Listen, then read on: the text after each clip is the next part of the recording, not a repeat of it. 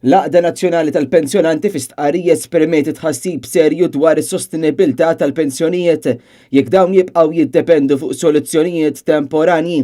Għalhekk appellat biex ikun hemm soluzzjonijiet li jkunu għat-tul u mhux biss għat-temporanju. L-Għaqda tinsisti li din il-problema tista' tiġi indirizzata b'mod effettiv jekk il-Gvern ifittex li jimplementa soluzzjonijiet radikali b'kuraġġ u b'sens ta' ġustizzja soċjali lejn il-pensjonanti.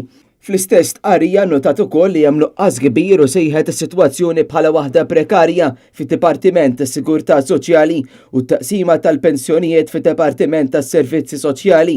Hija qalet li hemm bżonn li dawn jingħatawhom ir-riżorsi meħtieġa ħalli tkun tista' tlaħħaq mal-ħtiġijiet kollha tal-liġi.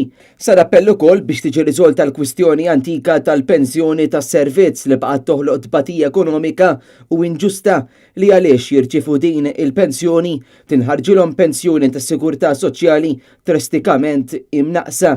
L-Għaqda ħeġġet il-kandidati kollha li jkunu eletti fl-elezzjoni tal-Parlament Ewropew biex huma jinvestu fl-anzjani fosthom biex ikunu assigurati numru ta' inċentivi u biex ma jinħolqux diskriminazzjonijiet bejn il-pensjonanti u l-anzjani.